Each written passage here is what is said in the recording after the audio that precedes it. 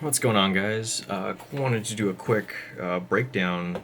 I don't know if I call this like a review or just a disassembly guide slash overview of the new Elite Force MP5a4, or is this an A4? I think it's an A4. But it's the full stock version. This is the new model that Elite Force just came out with.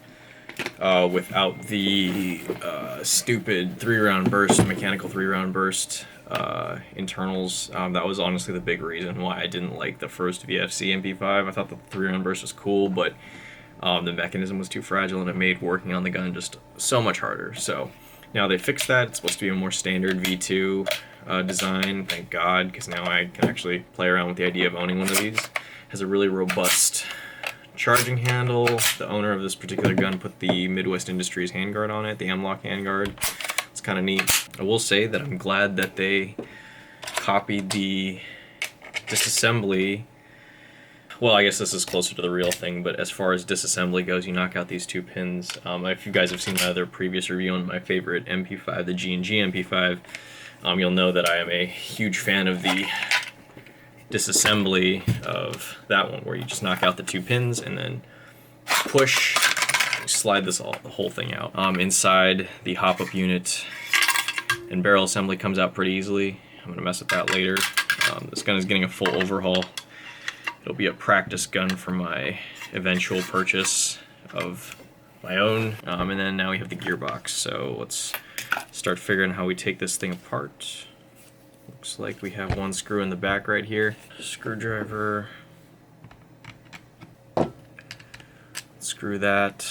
And then, oh, and there's another screw down in this channel right here. So that we need to take out as well. Take out that, and then we'll take out this block. Let's put that aside. It has a quick change spring guide in the back, so it should be pretty quick and easy to swap out springs. That makes life a lot easier for me as a technician, but it also adds a level of self-maintenance that you guys can do. Talking about the wiring out here, the wiring, they have a inline blade fuse right here towards the back. It has 3 wires leading out of the gearbox, so one can only assume that there is a MOSFET on the inside, one of their pre-built, pre-installed MOSFETs, which is good choice for VFC. And these new Avalon gearboxes, it's good to see manufacturers installing stuff from factory, so that way the end user doesn't have to do as much work. Although I'm gonna gut this, we're gonna put a gate tighten in this anyway. So as you can see, we just took off the motor cover and pop out these wires right here, take out our motor. Pretty standard VFC motor, black case, plastic end bell, crimped sides, normal looking, nothing too special.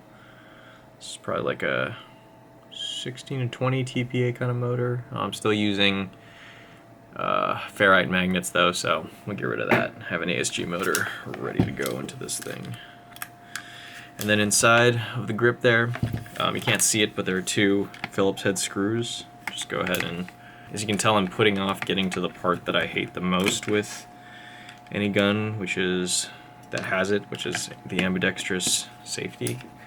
It's always the part that I hate working on the most because I hate timing and removing it. So some companies like Crytek make it relatively easy for me to get in and remove.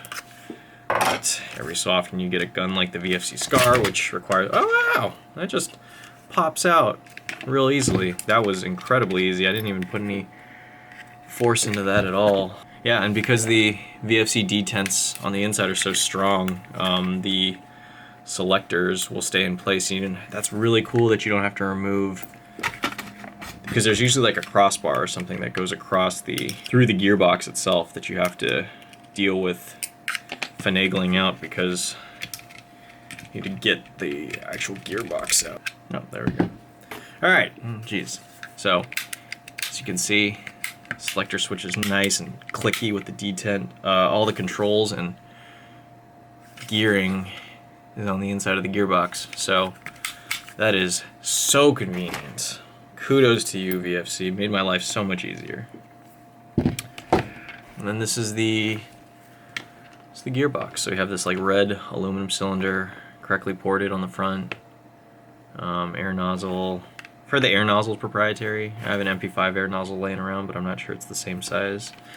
A nice little hole for our anti-reverser release, which is nice because we can just release that. But also, because we have the quick change spring guide on the back, we can just... That's interesting. That should be a lot easier than... Okay, there we go. So, it's our quick change spring guide. Our spring. The spring guide itself is nice and durable looking. It has a steel construction with bearings on the back, so that looks good to go. Not that I think that there's really a replacement for it right now as far as parts go. Let's go ahead and tear open the insides of this. And the screws are going to all be pretty standard Phillips head screws. We're just going to remove the tops here. And we're going to slowly wiggle this boy out. And now we have the insides. So, interesting. Okay. Pretty standard Avalon internals. So we have, if you take a look here, so we have our new revised VFC tappet plate. These are supposed to be decently strong. It's not using that clear polycarb that would always snap anymore, which is good on them. You have your MOSFET inside. They've integrated into the trigger board here instead of putting a giant bulky thing on the back. That's good. It's nice to have everything contained up here and not more wires and stuff and a big fat MOSFET unit leading over here. I don't know how durable this is. I'm sure someone out there has read, on the actual MOSFET unit it says DC4092X, and then one of them says PD1ME1, and then the other one says QH1ME2, so I think that's the batch number. But the MOSFET itself looks like it's called the DC4092X. So if anyone out there knows about MOSFETs and how much load they can do, or they want to look it up, be my guest. I'm gutting this thing anyway, so not a huge deal to me. Piston assembly. It's the same polycarb, or same plastic. I don't know exactly which kind of plastic they're using for this, but it's the same plastic they're using on the tappet plate with their aluminum cylinder, or aluminum piston head. A little hefty, a little bit heavier than I'd prefer, but you know, this is what it is. Let's check our air seal compression. Yeah.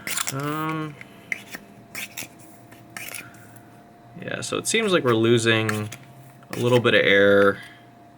Oh, yeah, the seal between the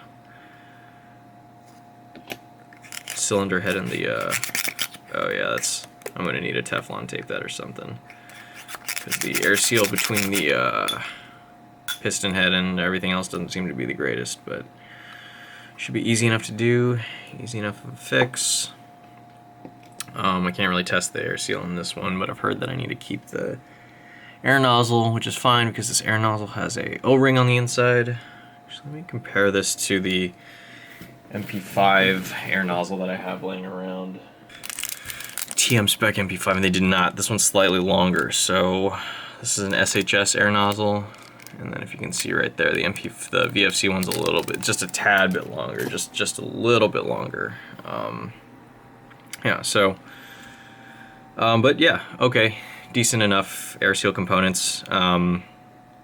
Yeah, I just need to reseal this with Teflon tape or replace it with something that seals better. I mean, I'll probably just end up reusing that one. It's plastic, but it's not too crazy of a build, so, you know, might just keep that around. Talked about the tappet plate. The gears are usual VFC gears. They have these kind of annoying springs, or actually, oh, they've gotten rid of the self-shimming springs on there. So instead of the springs that they usually put on their gears to keep tension with the shims on either side, they've replaced it instead with these metal collars that go around the shaft of everything that I guess are spaced correctly to have good shimming. As we all know, everything is best off if you shim it yourself and you just do it manually, but I mean, I get it for manufacturing purposes and for, you know, consistency. Doing this on a relatively low stress build is going to be a lot better. So it's nice that the sector gear here has the delayer chip on there, so I can take this and put it on the new set of gears that I have laying around. Saves me some time and trouble. Let's see here. We have our anti-reversal latch right there, pretty standard steel, good spring tension, nice and fat. A lot of material to potentially run through, which is good. Our cutoff lever is decent, just your normal standard cutoff lever. Yeah, but everything looks good. Decently impressed with the internals of the VFCs. I think that they strike a good balance between being innovative and not too proprietary, but they still have, like, you know, all of your standard features that you're getting in the higher end guns, like a integrated MOSFET, nice gears. These are actually, these might be 16-to-1s. Yeah, nice gears, quick change spring guide with a nice steel spring guide, not those bullshit aluminum ones. Good piston assembly, okay air seal. Like, it'd be nice if they were able to, I don't know, put 2 O-rings on the cylinder head and maybe a more durable O-ring on the air nozzle, but I'm not going to gripe too much about that. Yeah, looks good though. Kudos to VFC. Hope you guys enjoyed this video. Hope you guys, you know, gleaned a little bit of how to take one of these apart if you're curious about the insides of them, and I'll catch you guys later.